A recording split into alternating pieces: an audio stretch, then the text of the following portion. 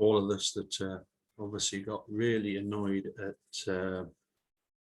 both Nick Stolke, Sherry Colhane, Mark LeBeau, looking obviously at the staircase, Dwayne Deaver, and then we look at the likes of Michael West, Stephen Haynes, and so many complete charlatans when it came to, or when it comes to any kind of forensic science.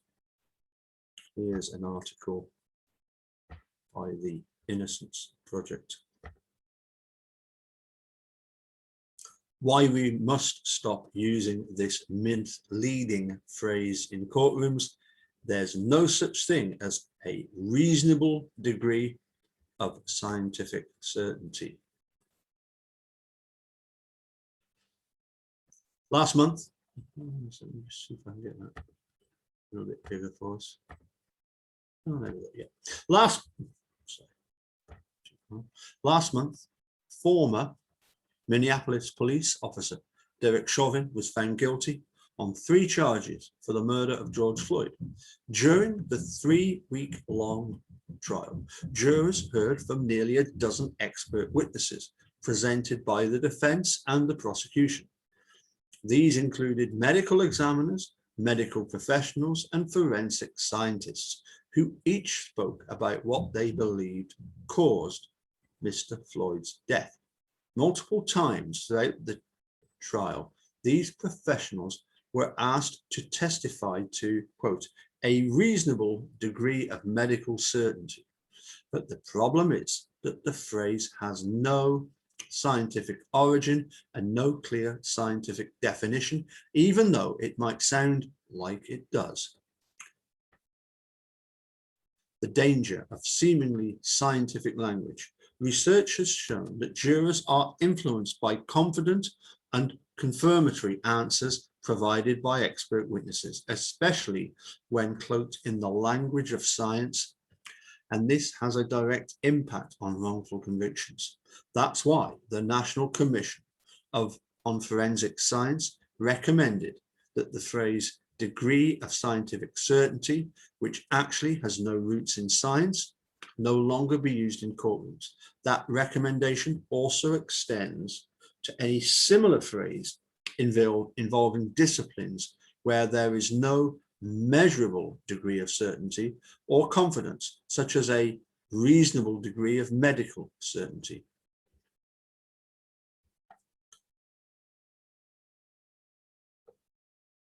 Both these phrases can easily be confused with degrees of confidence or levels of confidence, which are used in scientific studies and statistics. But while the latter degrees are literal statistical calculations, the former stem from a turn of phrase coined by an attorney in 1935 during the case Herbst versus Levy.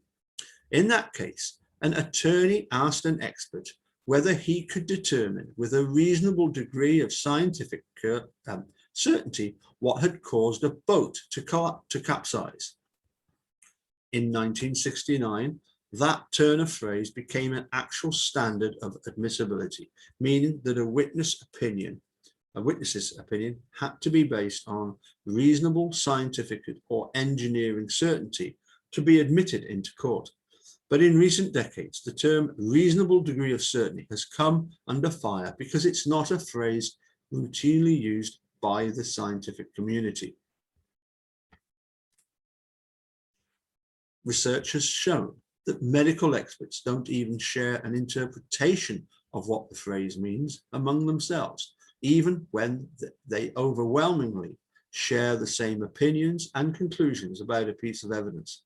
While some medical experts think a 90% consensus among medical professionals is the threshold to be considered a reasonable degree of medical certainty, others think 50% is reasonable. There are also doctors who believe the standard should change depending on whether a case is a criminal, civil, or family matter. Because there is no way to calculate a statistical degree of confidence when determining the cause of someone's death, testifying to a reasonable degree of certainty about a cause of death is virtually meaningless. To most jurors, however, the use of the phrase sounds authoritative and could make a piece of evidence seem more compelling than it is.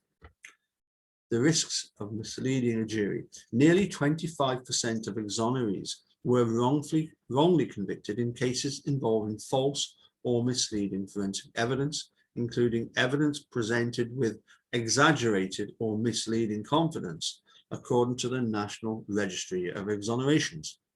As a result, the US Department of Justice actually banned federal forensic practitioners from using the phrase reasonable degree of scientific certainty in 2016, based on the National Commission on Forensic Sciences recommendation.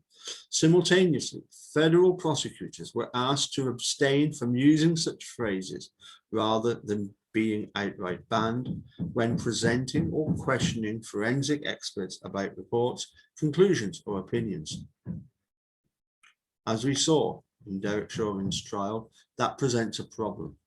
While forensic experts might not use the phrase in their testimony, attorneys can still introduce it in their questioning, potentially misleading jurors.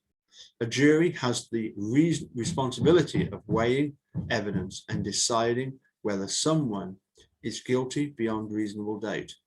With this responsibility, they have the power to alter the course of someone's life. Therefore, it is key for potential jurors to be aware of the ways in which such phrases can give false impressions about the certainty of evidence, and for these misleading phrases to be kept out of the courtroom. Says leave a reply. I think I will post the link to this one. An excellent little article here by the Innocence Project. I will post the link in the description so that you can comment if you wish. Okay, just a little one that I came across that I thought was very interesting. Let's say you've only got to look at, well, not just Nick Stolke, but then how Ken Kratz twists the way he does, twists what was said into trying to present it as something else. Sometimes just blatantly lying, sometimes just being devious and misleading. Anyway, let's catch you all again soon. Bye for now.